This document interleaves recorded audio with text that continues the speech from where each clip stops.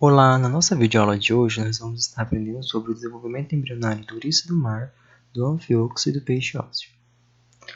As principais características do desenvolvimento do ouriço do mar é a sua fecundação externa, que vai ocorrer a liberação do espermatozoide, a liberação do ovócito, que através do reconhecimento de espécie específico vai ser fecundado formando um zigoto pela união dos pronúcleos. O tipo de ovo é um ovo oligolesto. Esse ovo oligolesto ele vai ter pouca quantidade de vitelo, e a quantidade de vitelo que vai ter vai ser uniformemente sobre todo o ovo, dividindo esse ovo em polo animal, a região com menos vitelo e o núcleo, e polo vegetal, a região que tem mais vitelo. A quantidade de vitelo vai influenciar no tipo de clivagem que vai ocorrer, que nesse caso vai ser uma holoblástica radial. A primeira clivagem vai ser uma clivagem meridional. A segunda clivagem vai ser meridional também. A partir da sexta clivagem, eu tenho 64 blastômeros e a formação da nossa mórula. E eu vou ter uma diferença entre as células. No polo animal, eu vou ter mesômeros, no polo vegetal, macrômeros.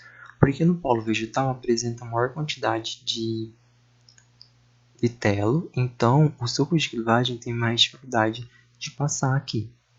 Embaixo dos macrômeros e micrômeros, né? Então essa mórula ela vai sofrer os rearranjos dos blastômeros para formar a blástula. Aqui eu ainda estou com minha mórula, com a cavidade blastocele, polo animal, polo vegetal e os micrômeros. Os micrômeros eles vão sofrer o ingresso celular formando as espículas.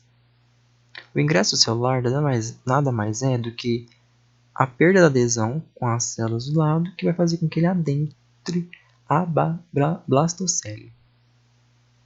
Essa região de polo vegetal, ela vai recobrir aqui essa antiga região de micrômero, formando uma placa vegetal.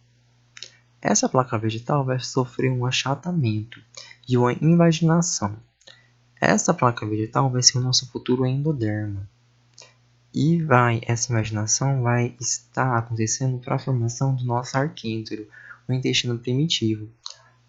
Esse arquêntero vai ocorrer a invaginação em direção ao ectoderma, até que ocorra totalmente por ajuda dos filopódios, que vão estar ajudando a direcionar esse arquêntero em direção ao nosso ectoderma.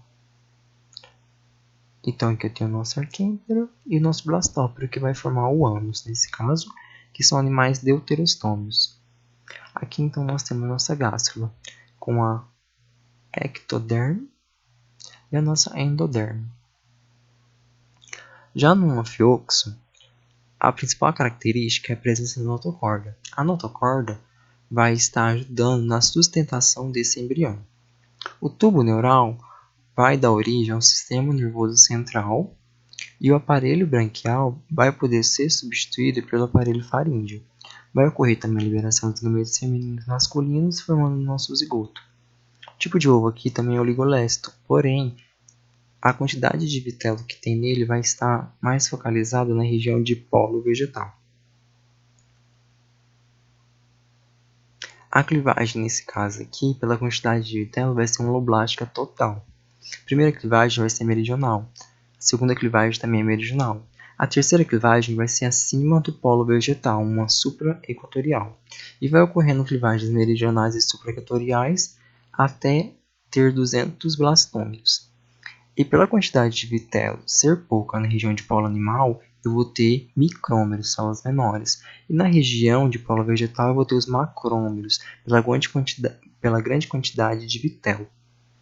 Esses blastômeros vão sofrer rearranjos. Aqui então tem a nossa mórula, né? E vai começar a se iniciar a nossa blástula. Vai ocorrer então o achatamento do polo vegetal, que é a nossa endoderma, em direção ao ectoderma, que é o nosso polo animal. Então ela vai começar a adentrar a nossa blastocele, levando consigo a notocorda e a mesoderma. A invaginação começa a acontecer. A partir que ocorre a invaginação, eu tenho o início da minha gastrulação. Então está levando notocorda, endoderma e mesoderma para dentro da cavidade. A ectoderma neural vai induzir a notocorda a formar a placa neural. E a nossa mesoderma que estava adentrando, ela vai virar com a notocorda um acordo-mesoderma. Enquanto a endoderma está recobrindo aqui, e a ectoderma vai sofrer uma epibolia para recobrir todo esse embrião, recobrindo até a placa neural. E recobrindo também o nosso canal neuroentérico. Esse arquêntero ele vai ser recoberto, então, todo por uma endomesoderma. Então, a nossa ectoderma neural induz a notocorda à formação de uma placa neural. E a nossa ectoderme de revestimento vai sofrer epibolia, fechando aqui o nosso embrião. Enquanto isso, a placa neural vai sofrer depressão para baixo. Enquanto a notocorda também sofre depressão em região endoderma. A placa neural vai ficar com as pregas aqui nessa região. Essas pregas elas vão se unir, fechando, formando um tubo neural. Enquanto isso está acontecendo, a notocorda ela vai se soltar da mesoderma, liberando a mesoderma. A mesoderma vai dar, então, origem aos somitos. Enquanto isso, ela vai desprender e vai passar a fazer parte junto com a endoderma. A endoderma aqui vai também se desligar dessa notocorda, formando o tubo digestório, e a notocorda formando a notocorda maciça. Já no peixe ósseo, no paulistinha nesse caso, ele é bem estudado por ter um embrião translúcido, que dá para ver todo o desenvolvimento dele. A fecundação também ela é externa. Então vai ocorrer a liberação dos gametas, a formação do zigoto. Nesse caso, o tipo de ovo é um ovo telolesto, ou seja, ele apresenta uma grande quantidade de vitelo. Então, o suco de clivagem vai ocorrer apenas na região de núcleo, sendo então a meroblástica discoidal. Então, as clivagens, como ocorrem só no núcleo, o polo vegetal ele vai ficar intacto pela quantidade de vitelo que ele tem. A primeira clivagem é meridional, a segunda clivagem também. A quarta clivagem também vai formar um blastodisco.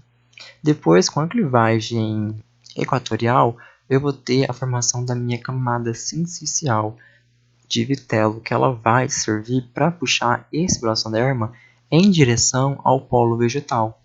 Então, aqui eu tenho a nossa blastoderma, né? Pela quantidade dos blastômeros que foi formado através das clivagens. Então, eu tenho a nossa mórula com 128 blastômeros. A partir daí, eu vou começar a minha blástula. Aqui eu tenho a camada envolvente externa, que vai recobrir para dar proteção, as células profundas, que vão dar origem em si ao embrião, a camada sincicial, que vai dar o movimento necessário para puxar esse blastoderma em direção ao polo vegetal, os microtúbulos, que são proteínas que vão auxiliar também, e o vitelo, que vai nutrir esse embrião. Então, a gastrulação vai iniciar pela epibolia dessa blastoderma, que pode ocorrer por meio da involução ou do ingresso celular. Com o ingresso celular, as células superiores elas vão se desprender para a região mais inferior.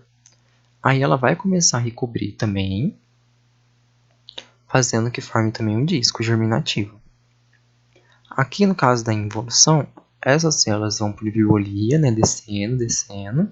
Quando chega numa região de 50% de epibolia, vai começar a crescer em sentido contrário, ou seja, ela vai virar para a região de dentro e vai começar a crescer formando um anel germinativo, em que o lado de cá vai ser o nosso hipoblasto e o lado mais externo o epiblasto. Aí vai aumentando a epibolia. Então ali eu tenho o epiblasto, que é a futura ectoderme, e o hipoblasto, a futura endomesoderme. Então com 90% de epibolia eu tenho a nossa neurulação. A diferença do anfíoxus é que na placa neural aqui, quando for formar o tubo neural, não vai ser um tubo que vai ter uma cavidade, vai ser maciço. Nesse caso aqui ele não vai ter esse tubo. Os discentes que ajudaram na realização do trabalho. E como referência do livro, temos o livro de embriologia da Sônia Garcia e o Casimiro Fernandes. E as imagens foram retiradas da internet e algumas do livro também. Obrigado.